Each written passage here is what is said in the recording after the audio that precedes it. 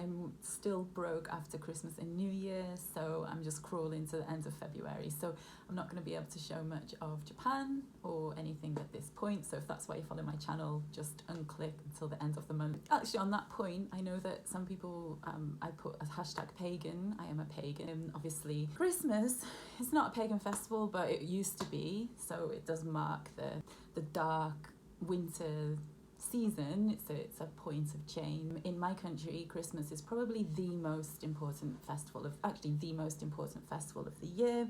In Japan, it's not. In Japan, it's New Year. So unfortunately for me, living in Japan, I've got these two extremely important festivals side by side with each other. In my country, New Year's is a lesser event compared to Christmas. People still celebrate it, but not to the same extent as in Japan.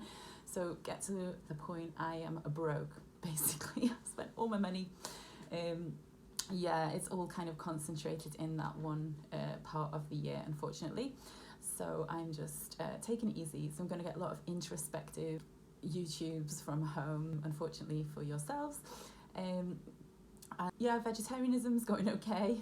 I did end up having some ham from the convenience store because I'm just not organised enough right now, and as I said, I do work full time. I have an enormous commute, so it's not something. If you do stay at home, then or if you have the work from home thing, then obviously it's not going to be such a huge problem. So I have slipped up, but I'm aware that and I'm becoming quite more firm in my want to do this. So what else was I going to say about that?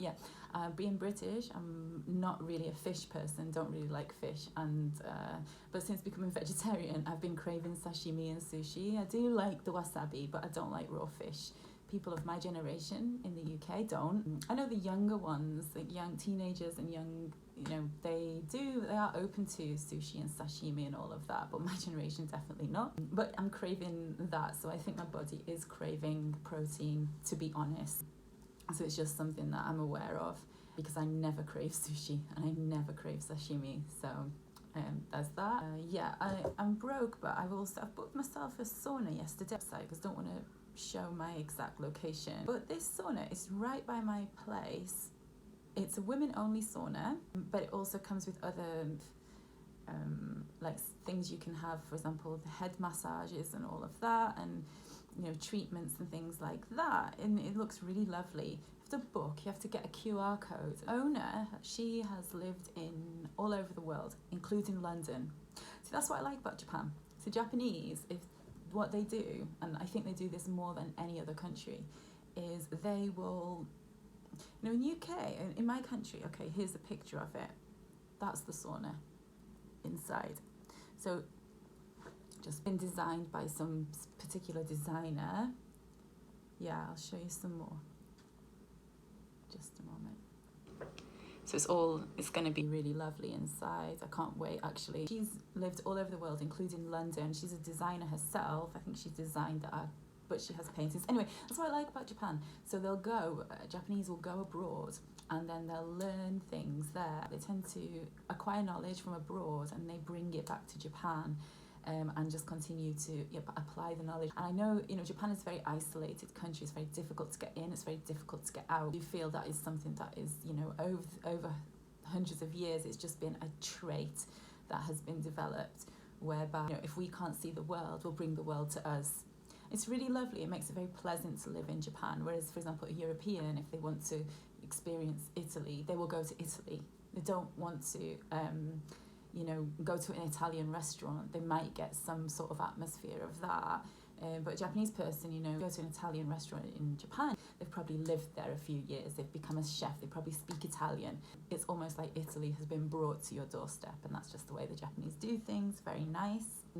What else? I have not much money compared to usual. Japan, in my country, if you don't have much money, if you're broke, in February or January, it's pretty easy to continue to socialise, go to people's houses. You can even go to the pub, there's lots of ways to socialise. Summer holiday. So people are doubly broke because they're then saving for their summer holiday. You don't need a summer holiday in Japan because it's so sunny here, so it's not a priority, but in my country it really is. So anyway, here in this country, in Japan, if you don't have much money, you can't really socialise. You end up you do have to stay in, really. So that's why you lucky people are going to get some introspective, introverted YouTubes for the next month. Oh yeah, because I'm being so introverted and just basically staying in right now, I'm thinking a lot of things. I'm also thinking about what it means to be Welsh, what it means to be British. I do remember when I was on my Russian course, I studied Russian in England, and I was told because I used to hang out in the Russian clubs and stuff, like society, because I was, studying that. And then I remember going to the Russian society. I was accused by the Russians of not being British. They said, we know you're not British. You don't look like a British.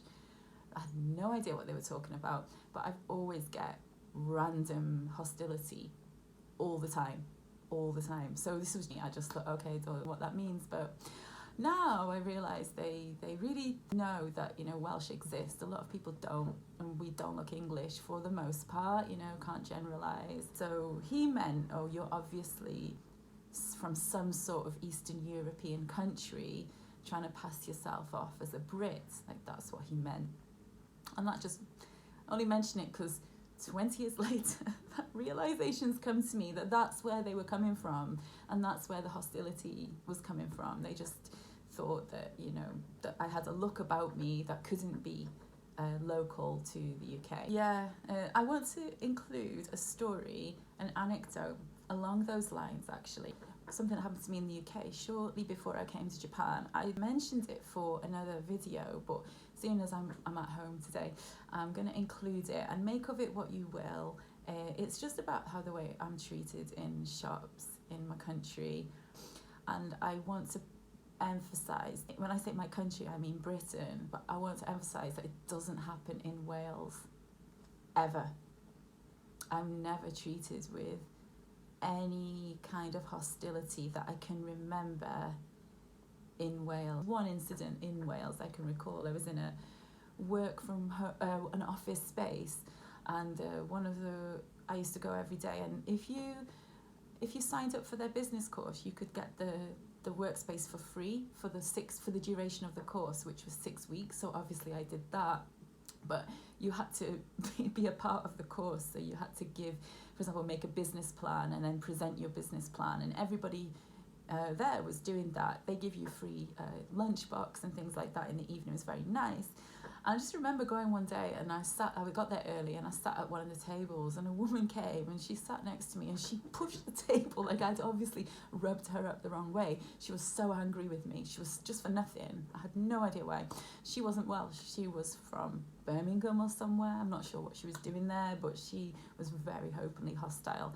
And I'm really aware that I rub people up the wrong way. I don't mean to, but I do. Sure, gonna. Anyway, I'll link to I'll switch to that video now, and I do apologise about the lack of sound. I'm going to work on that. Thanks for listening.